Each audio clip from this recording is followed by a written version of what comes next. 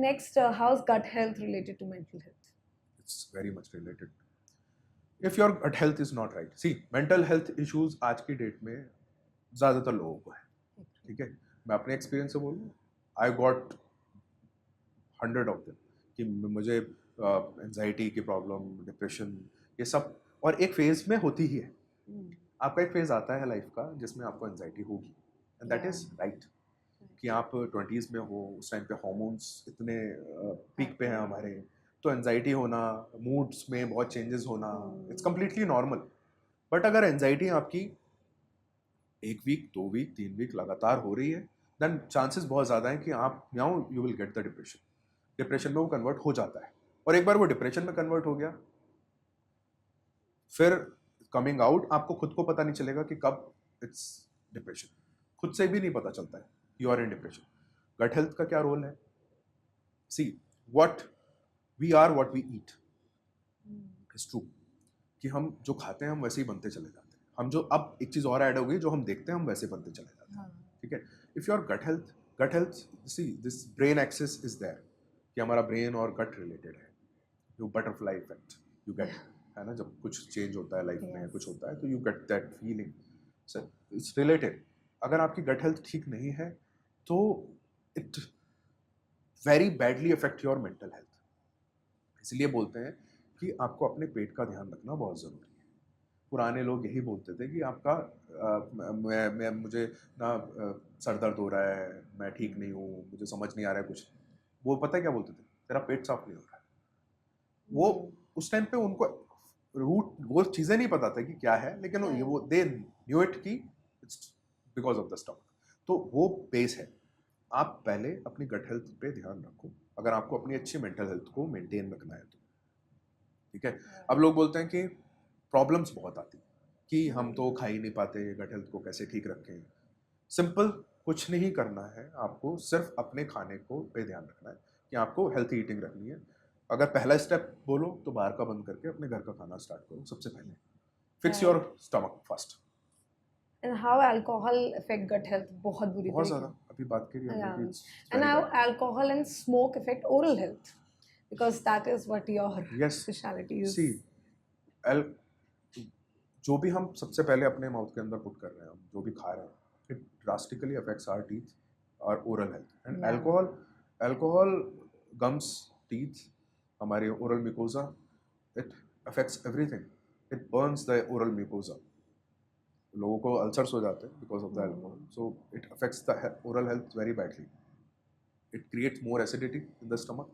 अब वो कभी कभी लोगों को रिगर्जिटेशन की हैबिट प्रॉब्लम हो जाती है. रिगर्जिटेट होगा, वो एसिड वापस मुंह के अंदर आएगा, then it affects the enamel. ठीक है. बहुत लोगों को सीवियरली एनामल इरोजन हो जाता है because of the stomach acid.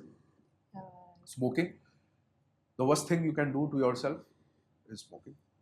क्योंकि सी, इट्स, अगर यहाँ की बात करेंगे, if you are staying in Delhi NCR, पूरे इंडिया में AQI कोई अच्छा तो है नहीं. पूरे इंडिया में ही AQI बैड ही है. अगर 100-150 भी है, that is also in severe condition. क्योंकि सर्दियों में 1000 हो जाता है दिल्ली एनसीआर में, तो हम सोचते हैं कि गर्मियों में 100 हो गया, चलो it's good. No, it's not good. Ideally तो 10-15 के करीब होना चाहिए. तो अगर AQI इतना खराब है, is equal to smoking cigarettes, and you are smoking cigarette, then you are harming more to your body. Smoking हर एक बॉडी के पार्ट को इफेक्ट करता है, हर एक पार्ट. कोई ऐसा पार्ट नहीं हमारी बॉडी का जो इफेक्ट नहीं होता बिकॉज ऑफ द स्मोकिंग.